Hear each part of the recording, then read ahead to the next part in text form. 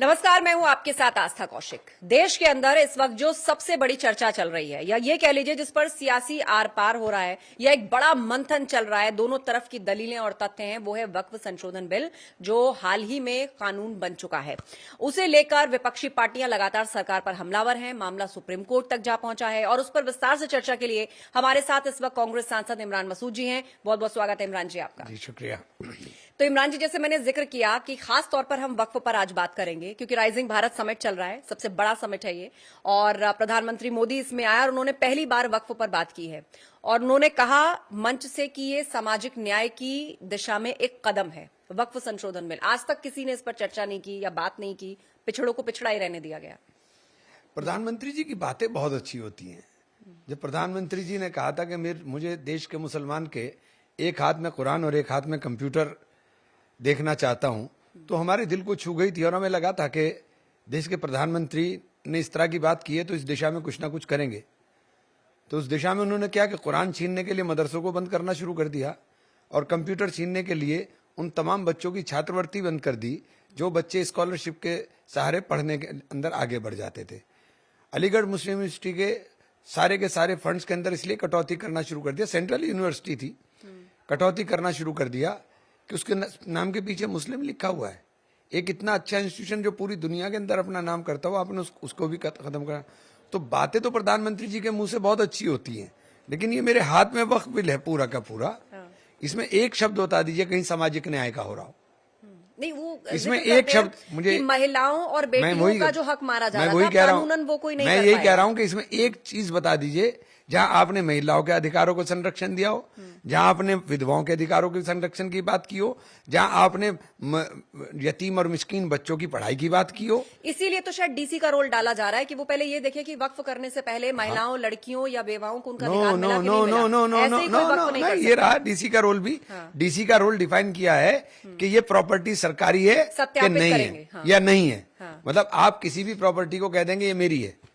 आपने तो उल्टा लोगों में नैरेटिव क्रिएट किया कि वक्फ बोर्ड किसी भी संपत्ति को कह देता था कि मेरी है। हमारे गृह मंत्री जी ने देश की संसद में बयान दिया था कि, और माननीय किरण रिजिजू जी संसद में बोल रहे थे कि पार्लियामेंट को भी वक्फ की बना देंगे। कल प्रधानमंत्री भी कह के गए। इतना ही नहीं कि जिस भारत मंडपम में हम बैठे हैं, उन्होंने कहा कि अगर इस तरह का कोई कानून या रेगुलरिटी नहीं लाई जाती तो हो सकता है इसको भी डिक्लेयर कर दिया जाता। कैसे कोई भी कह देता कैसे नहीं कैसे उसको चैलेंज कहाँ करेंगे? नहीं कैसे, किसने कहा? नए संशोधन में आप ट्रिब्यूनल में जा सकते हैं।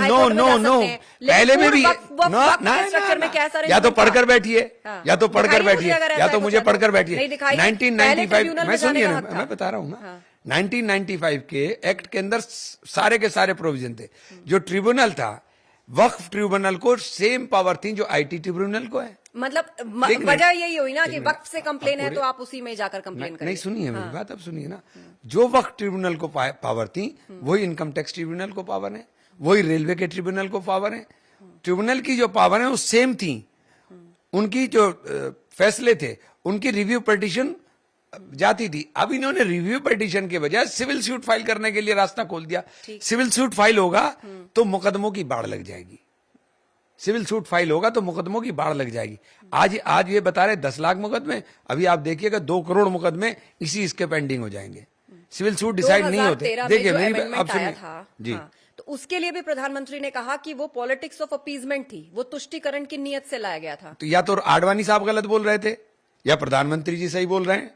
2013 का जब अमेंडमेंट हुआ था तो वो सर्वसम्मति से पास हुआ था, सर्वसम्मति से पास हुआ था। और जो इनके उस वक्त के एमपी थे शाहनवाज हुसैन साहब, वो चिल्ला चिल्ला के पार्लियामेंट में बोल रहे थे हमें हमारी संपत्ति वापस दे दो, हमें हमारी संपत्ति सिर्फ वापस दे दो। तो कहां गए वो, कहां गई वो बातें? लेकिन इमरान अब आज आपका एजेंडा, असल में उनका एजेंडा नहीं चल रहा है, उनका एजेंडा चल नहीं रहा है, इसलिए नई नई बातें। कोई आप एक बात बताइए, आपने कहा कि पार्लियामेंट में माननीय गृह मंत्री जी ने 39 लाख एकड़ लैंड, तो आपने कौन सी सोर्स से 39 लाख एकड़ लैंड आए? आप वो सोर्स डिक्लेयर करिए, कहां है 39 लाख एकड़? कभी आप 8 लाख एकड़ बताते हो, कभी आप 39 लाख एकड़ बताते हो।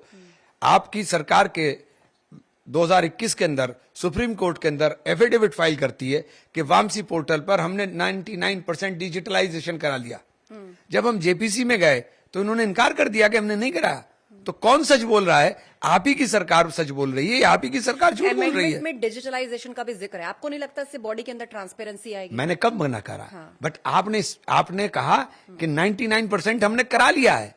सुप्रीम कोर्ट में कहा, मुझे नहीं कहा है, सुप्रीम कोर्ट में वो तो जेपीसी में हमारे सामने डॉक्यूमेंट आ गया। आप खुद कह रहे हो कि हमने 99% करा लिया और उसके बाद खुद ही कह रहे हो, आप खुद ही कह रहे हो कि नहीं हुआ। और अगर नहीं हुआ, करा लिया तो इसकी जरूरत नहीं थी, और अगर नहीं हुआ तो जो काम आप 10 साल में नहीं कर सके, आप 10 साल में आप ही की सरकार है, आप 10 साल में नहीं कर सके उस काम को आप कह रहे हैं कि 6 महीने में आपको रजिस्ट्रेशन कराना पड़ेगा। 6 महीने में कैसे होगा रजिस्ट्रेशन? एक सेकंड, पूरी बात होने दीजिए। देखिए, पूरी बात रेगुलराइज नहीं होगी। ये जमीन हड़पो योजना है। कौन हड़पेगा जमीन? जमीन हड़पो योजना है भाई। अभी बोलने दीजिए ना मुझे। आपने कहा कि रजिस्ट्रेशन कराओ, रजिस्ट्रेशन के अंदर 6 महीने का टाइम आपने रखा। अगर रजिस्ट्रेशन नहीं होगा तो वो संपत्ति सरकारी हो जाएगी। तो रजिस्ट्रेशन कौन कर रहा है? सरकार। आपने रजिस्ट्रेशन को 6 महीने लटका दिया, या मान लीजिए वो ही नहीं आया जिसकी संपत्ति जो वक्त वाला, तो आप कोर्ट में चैलेंज कर सकते हैं। हाँ। मैं तभी तो कह रहा हूं, तो रास्ता आपने कोर्ट का खोल दिया कि मुसलमान पूरे देश का धक्के खाता रहे कोर्ट के अंदर, ना पढ़ाई का रहे ना लिखाई का रहे, अपनी वक्त की जो जायदादें हैं उनको बचाने के लिए कोर्ट के धक्के खाता रहे। यही आपने कर दिया, इसके अलावा कुछ नहीं किया। इमरान जी, बहुत सारे मुस्लिम समाज से मौलाना ऐसे हैं जो उसका समर्थन कर रहे हैं। इन तनख्वाहियों की बात नहीं करना चाहता हूं मैं। पिछड़ों को देखिए, इन तनख्वाहियों की बात नहीं करना चाहता हूं मैं। ये सब तनख्वाहियां हैं, ये सब तनख्वाहियां हैं। जितने ये इतना मसला, महिलाएं हैं, चाहे ये सब तनख्वाहियां, उनके लिए अलग बोर्ड की बात है, उसका क्यों विरोध? नहीं, मैं किसी उनका विरोध नहीं कर रहा हूं, मैं किसी कम्युनिटी का विरोध, मैं इन तनख्वाहियों को मैं इन तनख्वाहियों का विरोध कर रहा हूं जो तनख्वाहियां हैं। इन्हें क्योंकि इनको तो ढोल बजाना है, तनख्वाह मिल रही है तो ढोल बजा रहे हैं, पढ़ा तो कुछ है नहीं। मैं आपको फैक्ट के साथ बता रहा हूं, उत्तर प्रदेश के अंदर 78% लैंड को सरकारी भूमि घोषित कर दिया, जिसमें 400 साल पुरानी दरगाह है, इमामबाड़ा है, कब्रिस्तान है, ईदगाह है, और आपने उसे कर दिया कि ये सरकारी संपत्ति है। जब तक वो ये डेजिग्नेटेड ऑफिसर डिसाइड करेगा तब तक उसकी मालिक सरकार हो गई, और वो डिसाइड कब करेगा इसकी कोई समय सीमा नहीं। उसके बाद आप जाइए ट्रिब्यूनल के अंदर। लेकिन क्या ऐसी जगहों पर धार्मिक गतिविधियों को रोका गया है?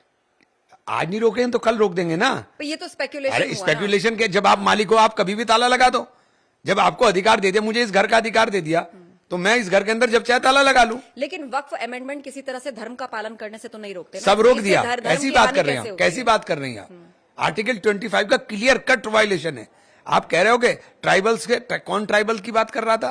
ट्राइबल्स का नाम आपने इसलिए लिया कि मुस्लिम ट्राइबल्स लक्षद्वीप में रहते हैं। आपने उनको उनके जो धार्मिक कृत्य उसको करने से रोक दिया कि आप वक्फ नहीं कर सकेंगे। हमारा एमपी भी मुस्लिम ट्राइबल ही है, वो वक्फ नहीं कर सकता है।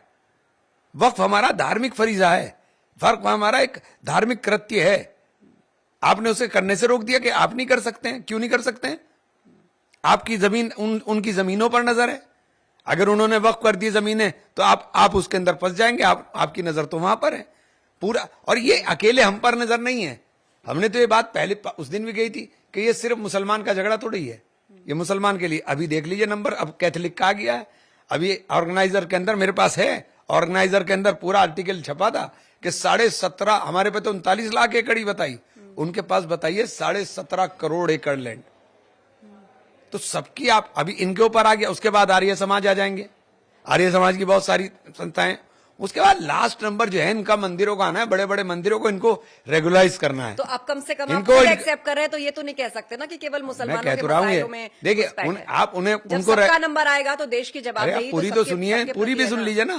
तो आप मंदिरों की जायदाद ले लेंगे, आप मस्जिदों की जायदाद ले लेंगे, आप गुरुद्वारे की प्रॉपर्टी ले लेंगे। आप क्या कर रहे हो? आप इतना टैक्स ले रहे हो, आप इतना टैक्स ले रहे हो, आप सरकार चला रहे हो, आप धार्मिक कृत्यों से आने वाले पैसों को लोगों को जो अपने समाज के लिए लगाना चाहते हैं उन्हें लगाने नहीं देते। स्ट्रक्चर में महिलाएं हों उससे क्या दिक्कत है? महिलाएं पहले सांसद अगर अभी कोई गैर इस्लामिक है, क्या दिक्कत है? अच्छा मुझे आप एक बात बताओ, आप पाकी और नापाकी में फर्क बताओ। अब ये तो अपनी अपनी डेफिनेशन है ना, ये तो बड़ा सब्जेक्टिव। नहीं, बड़ा सब्जेक्ट नहीं है, इस्लामिक नजरिए से पूछ रहा हूं मैं। आप बड़ा सब्जेक्ट की क्या बात कर रही है? आप बताओ पाकी ना पाकी में क्या फर्क है? आप नहीं बता पाओगी। वजह यह है कि आपको इसके लिए मुसलमान होना पड़ेगा कि आपको बारीकी समझ में आए। आप मुझसे कुछ हिंदू रिचुअल्स के सुपरफिशियली पूछोगी, मैं बता दूंगा, लेकिन आप कोई गहराई की बात अगर मुझसे पूछोगी तो मैं नहीं बता पाऊंगा, मैं नहीं बता पाऊंगा। हर आदमी को अपने मजहब की जो गहराई है वो समझता है, वो दूसरा नहीं समझ सकता। वक्फ हमारा एक धार्मिक लेकिन कृत्य इमरान है। जी, जो बहुत ज्यादा समझता है, हेर फेर भी कर सकता है, वो ना हो, उसके लिए कोई ट्रांसपेरेंसी चाहिए। तो ट्रांसपेरेंसी इस स्ट्रक्चर को आपके हिसाब से कैसा उस होना एक्ट में चाहिए? ट्रांसपेरेंसी थी। 95 का एक्ट है, उसमें पूरी ट्रांसपेरेंसी थी। आप एक बात बताइए, किसी भी ट्रस्ट के अंदर, चाहे वो हिंदू एंडोमेंट ट्रस्ट कर्नाटका हो, चाहे वो ठीक है। दिगंबर ट्रस्ट हो, चाहे वो काशी विश्वनाथ हो, चाहे वो अयोध्या हो, सब में एक शर्त लगी हुई है कि वहां कोई दूसरे मजहब का नहीं होगा। हाँ, जैनियों में हो, सिखों में हो, क्रिश्चियंस में भी हो, है मुसलमान के ट्रस्ट में सब रहेंगे। क्यों? क्या हम इस देश के नागरिक नहीं? तो यानी क्या कुल मिलाकर एक आप मिनट, लोग वक्फ पर आर-पार के मूड में हैं। हाँ बिल्कुल। क्या हम इस देश के सुप्रीम नागरिक कोर्ट नहीं? में क्या दलीलें देंगे? नहीं, तो आप मुझे संसद से बताइए, पास क्या हम हो इस जाए? देश के नागरिक नहीं? बिल्कुल है, आप इस देश के आप मुझे बताइए, जब आप मैं लाइव डिबेट में पूछूंगा, 2 सवाल पूछूंगा, नहीं जवाब दे सकता कोई दूसरा आदमी, उसके लिए मुसलमान होना ही जरूरी। इसी तरह वक्फ को समझने के लिए, वक्फ को जानने के लिए मुसलमान अब होना। मुझे जाते जाते जवाब दीजिए, सुप्रीम कोर्ट में जो याचिकाएं गई हैं, तो वहां आपको क्या उम्मीद है? वहां आप किस तरह लड़ेंगे? तो संसद से पास हो गया कानून, देखिए, बन गया सुप्रीम देश के कोर्ट अंदर। कस्टोडियन है संविधान का। ये जो संविधान है ना हमारा, ये हमें संरक्षण देता है। ये हमारे लिए एक किताब नहीं है, हमारे लिए ग्रंथ है। यूपी में तो बाबा हिसाब भी साहब मांग लिया गया है कि बाबा- जरा बताइए कहाँ किसके पास जमीन है, बाबा उनसे अभी declaration तो बहुत वगैरह। झगड़ा होना है। ये झगड़ा खड़ा करने का तो तरीका है। 2027 में बड़ा मुद्दा अरे रहेगा ये तो आपके लिए। ये खड़ा इसीलिए किया जा रहा है, इस संविधान को रौंदा जा रहा है। इसके आर्टिकल 25 और आर्टिकल 26 के ऊपर बुलडोज कर दिया है। तो ये संविधान का कस्टोडियन सुप्रीम कोर्ट है, तो इस संज्ञान सुप्रीम कोर्ट के सामने लेके जाएंगे, ठीक है। तो और कहां जाएंगे? ठीक है, चलिए, बहुत बहुत धन्यवाद इमरान मसूद जी, आपने दिल खोलकर सभी सवालों के जवाब दिए और मुद्दे पर बहुत ही बेबाकी से अपनी राय रखी। बहुत धन्यवाद आपका।